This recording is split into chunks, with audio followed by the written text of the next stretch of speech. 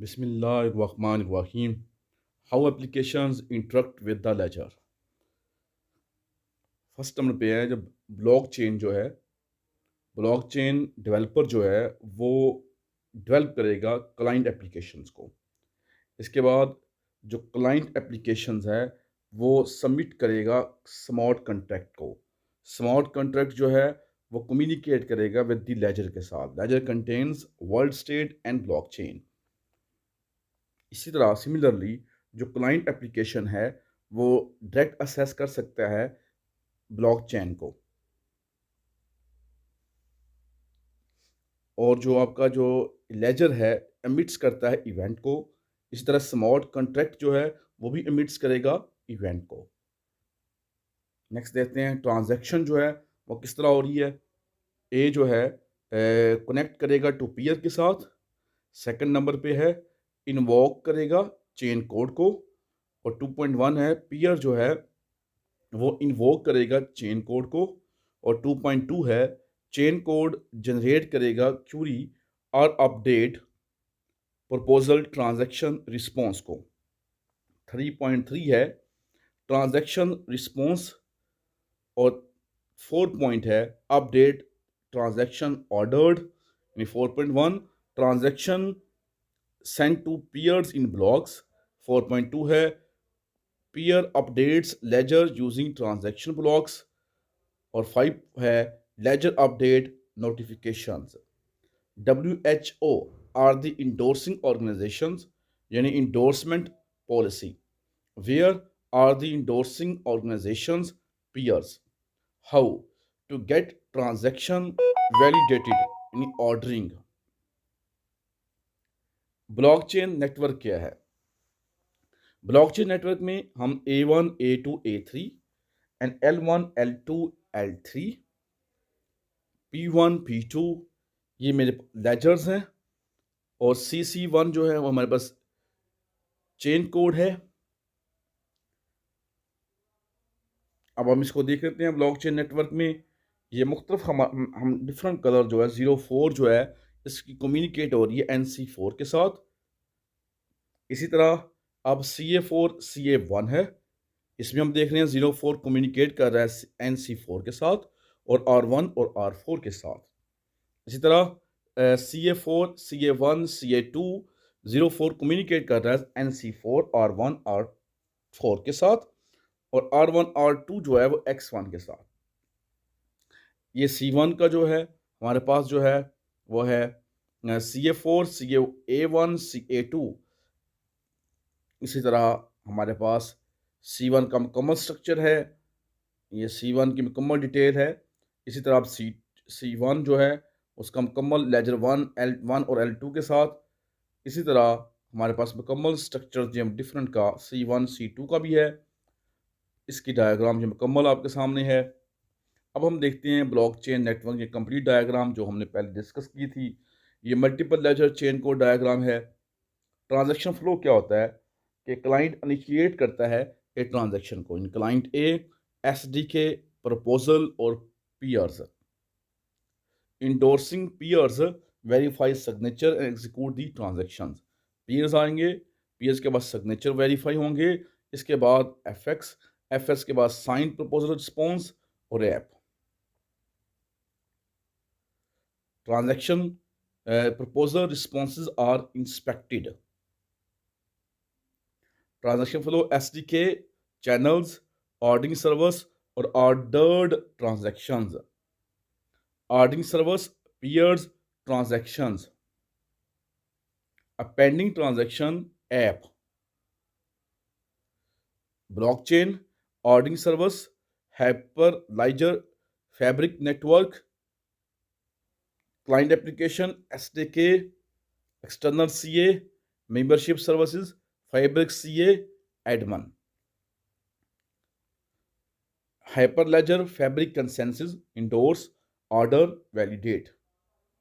hyperledger fabric network ordering servers client application SDK same वही diagram.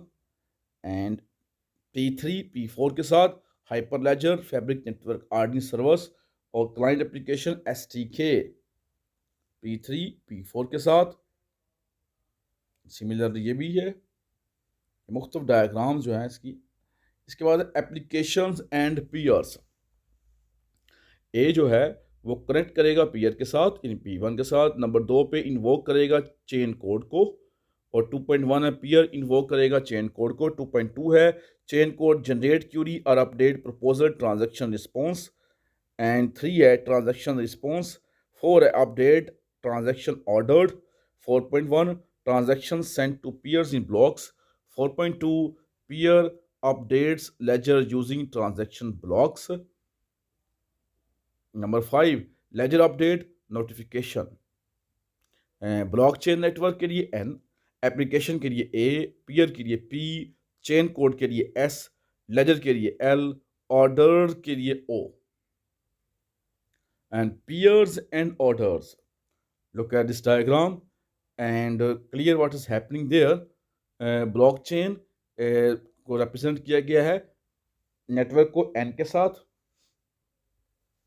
And channel को ज़ाहिर किया गया C के साथ, और पीयर को ज़ाहिर किया गया P के साथ, ट्रांजैक्शन को T के साथ, प्रपोजल को P के साथ। And ledger transaction T1 flows on channel C, chain code को S के साथ, ऑर्डर्ड को O के साथ, एंड लेजर को L के साथ। And transaction T1 responses R2 endorse with E2, principal PA, P1, P2, communication via channel C. Look at this diagram, more clear. Blockchain network N, channel C, ledger L. Ledger L1 has blockchain with blocks B0, B1. Block B1 flows on channel C. Peer P ordered O, block B. Block B contains transaction T1, T2, T3. Principal PA, P1, P2 communicates via channel C. Ledger world state and blockchain. Ledger L world state W, blockchain B. L comprises blockchain and W. B determines work state. Ledger world state W, a ledger state with key is equal to K. It contains a set of facts expressed as a simple value V. The set state added version 0. A ledger state with key is equal to K. It contains a set of facts expressed as a set of key value pairs KV. The state as at version 0. हमारे पास की जो है वो CAR1 है, value उसमें है AUDI आर्टिबल, version 0 है। फिर की हमारे पास CAR2 है, वैल्यू उसमें आप पूछेंगे टाइप क्या है, BMW है, कलर उसका रेड है, और उसका चेन है, वर्जन इसका 0 है। सिक्योर करना HER डेटा शेयरिंग को। हेल्थ केयर प्रोवाइडर जो है वो रिक्वेस्ट करेगा, और HP क्लाइंट को रिक्वेस्ट जाएगी। नंबर 2 पे है डिस्प्ले, इसके बाद 1 के बाद 2 है ब्लॉकचेन ट्रांजैक्शन जो है वो जाएगी ब्लॉकचेन नेटवर्क के पास। इसके बाद नंबर 3 पे आएगा नोटिफिकेशन, वो आपका पेशेंट क्लाइंट के पास जाएगा। इसके बाद डिस्प्ले करेगा नोटिफिकेशन को, और पेशेंट जो है प्रोवाइड करेगा PK, प्राइमरी की प्रोवाइड करेगा। पेशेंट क्लाइंट जो है उसको रिट्रीव करेगा HP पब्लिक को। नंबर 7 पे है उसको इनक्रिप्ट करेगा PK को विद HP पब्लिकेशन के साथ। नंबर 8 पे है ब्लॉकचेन ट्रांजैक्शन होगी, और नंबर 9 पे है शेयर की जाएगी PK को गिव कंसेंट के साथ, और नंबर 10 पे नोटिफिकेशन दिया जाएगा HP क्लाइंट को, और नंबर 11 पे है डिस्प्ले कर दी जाएगा नोटिफिकेशन को। Personal cloud based data sharing क्या होता है जी? इसमें हम यूज़र लेंगे, यूज़र में क्या आएगा, कंप्रेशन इंक्रिप्शन आएगी, कीज आएंगी, इंक्रिप्टेड डेटा आएगा, क्वालिटी वैलिडेशन मॉड्यूल आएगा, डेटा आएगा, और APIs ऑफ सेंसर्स आएंगे। इसके बाद जो कीपर्स हैं उसमें हमारा cloud of storage, encrypted data, blockchain, transactions, consensus check, no cancel transaction, yes, notice keepers to release keys: key receiving, key storage, key releasing, key keeper app, and consumer app, available data info, search function, data download, key receiving, data decryptions. Agri food supply chain management क्या है? Agri food supply chain management क्या है? इसमें हम क्या करेंगे? Authorities and regulators, इसमें provider आएगा, फिर इसके बाद प्रोड्यूसर्स आएगा, इसके बाद सी नंबर पे फिर प्रोसेसर किया जाएगा उसको, फिर उसको डिस्ट्रीब्यूटर किया जाएगा, और ई पे रिटेलर किया जाएगा, एफ पे कंज्यूमर किया जाएगा। Thanks for watching.